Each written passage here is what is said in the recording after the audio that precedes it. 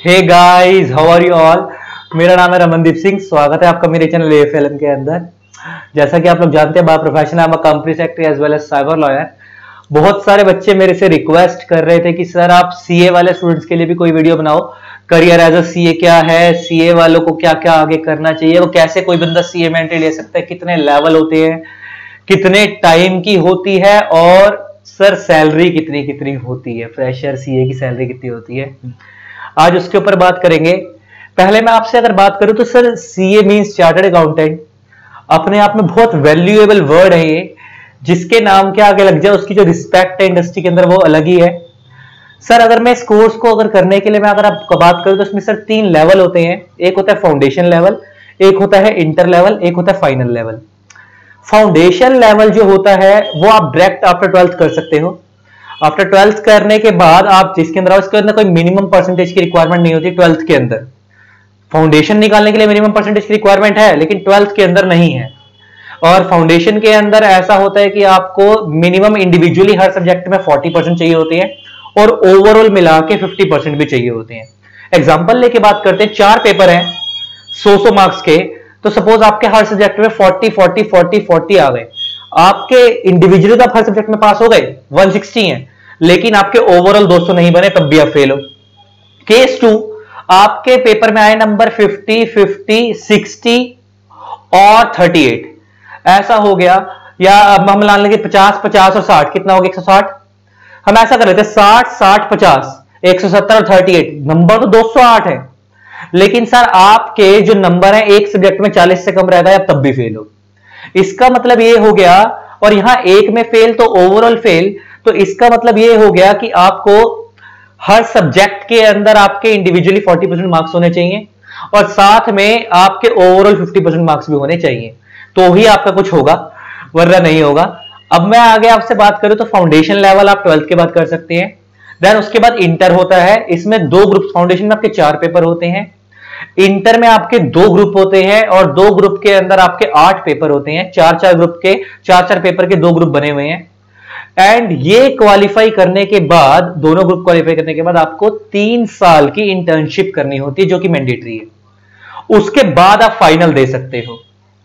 तो सर अगर मोटा मोटा मैं बताऊं तो करते कराते अगर सर आप सीए फेल नहीं होते, जैसा कि ऐसा होता नहीं, बहुत रेयर चांस होता है, कुछ ही कैंडिडेट्स ऐसे होते हैं जो फेल नहीं होते, लेकिन अगर आप एक अटेम्प्ट भी फेल नहीं होते तो आपको जो सीए बनने की एज है वो कम से कम 5 साल है। 5 से 5.5 साल तो आपको लगेंगे।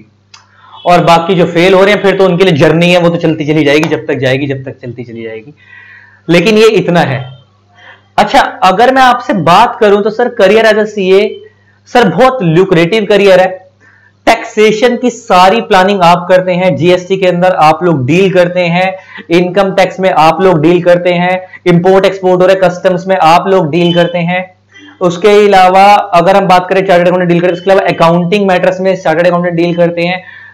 इसके अलावा एज अ वकील भी काम करते हैं चार्टर्ड अकाउंटेंट्स। लॉ फर्म्स भी हैं जो सीए की जो एज अ वकील काम करते हैं चार्टर्ड अकाउंटेंट्स, ऐसे लॉयर भी हैं, ऐसे चार्टर्ड अकाउंटेंट्स भी हैं। उसके लिए आपको एलएलबी करनी पड़ेगी। इसके एलएलबी करने के बाद आपको फायदा कि कुछ इनकम टैक्स के कोर्ट में केसेस जाते हैं वो आप रिप्रेजेंट कर सकते हैं। लेकिन मैं एक चीज क्लियर कर दूं, सीए करने के बाद जब आप एलएलबी करेंगे तो ये नहीं है कि सीए करने के बाद एलएलबी करते ही आप हाई कोर्ट में अपीयरेंस हो जाएंगे। आपको बार काउंसिल ऑफ इंडिया की मेंबरशिप लेनी पड़ेगी। आपको बिना बार काउंसिल की मेंबरशिप के आप रिप्रेजेंट नहीं कर सकते। ये तो बात हुई। सर 3 लेवल है, और जो बच्चा आफ्टर ग्रेजुएशन अगर डायरेक्ट एडमिशन लेना चाहता है तो ले सकता है, उसको फाउंडेशन लेवल एग्जाम्प्ट होता है, लेकिन कुछ मिनिमम परसेंटेज की रिक्वायरमेंट है, 50 या 55% की रिक्वायरमेंट है कि आपके 3 साल में ग्रेजुएशन में मिला के कम से कम 50 या 55% के आसपास होने चाहिए 3 साल ग्रेजुएशन मिला के, तभी आपको सीए इंटर में डायरेक्ट एंट्री मिलेगी। 12th के बाद मिनिमम परसेंटेज की कोई रिक्वायरमेंट नहीं है फाउंडेशन देने के लिए, लेकिन इंटर में आने के लिए है। और इसके बाद आपको अगर मैंने बात करा, आपकी 3 साल की यहां पे इंटर्नशिप है।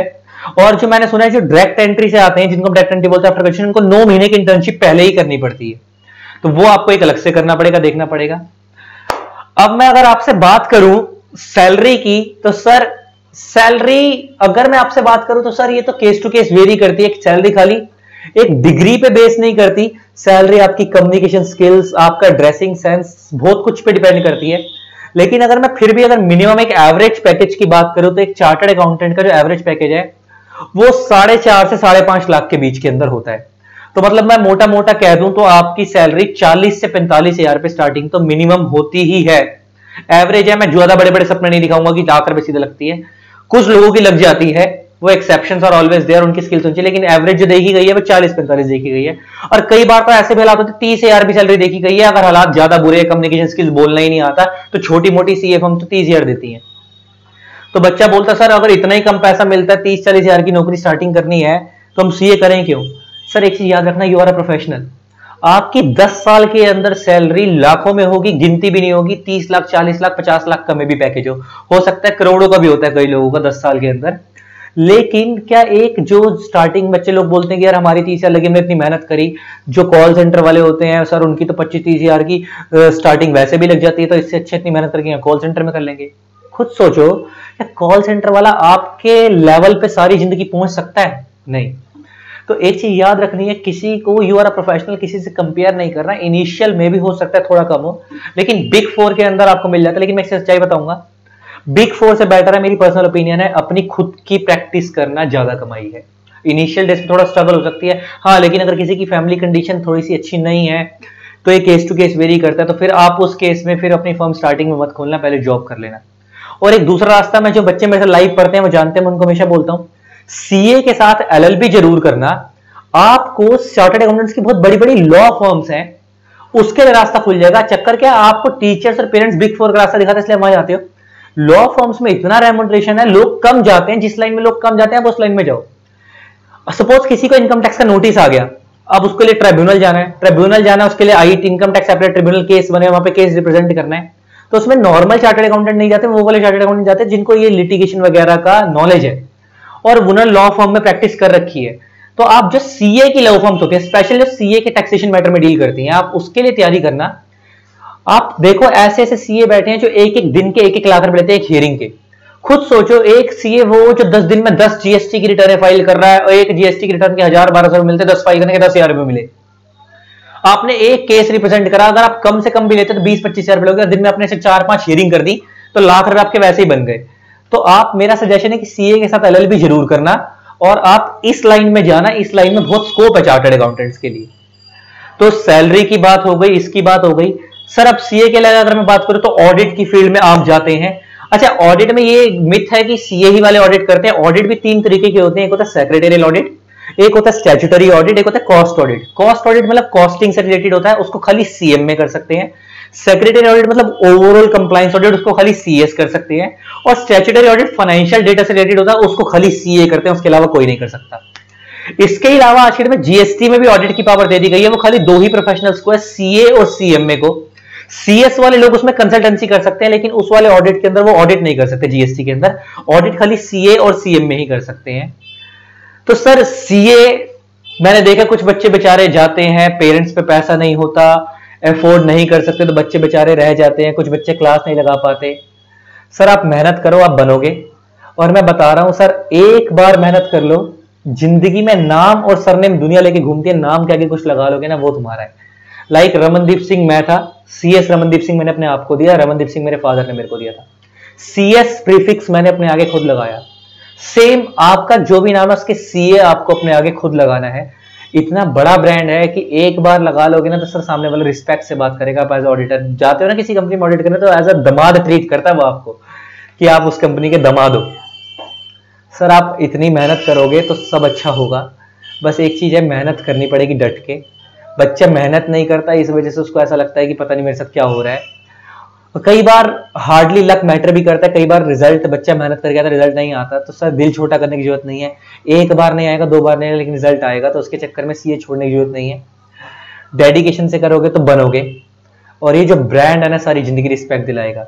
और जिस दिन बन जाओगे ना सीए, आपके चेहरे पे खुशी होगी वो तो है, आपके पेरेंट्स के चेहरे पे जो चमक होगी ना वो देखने लायक होगी।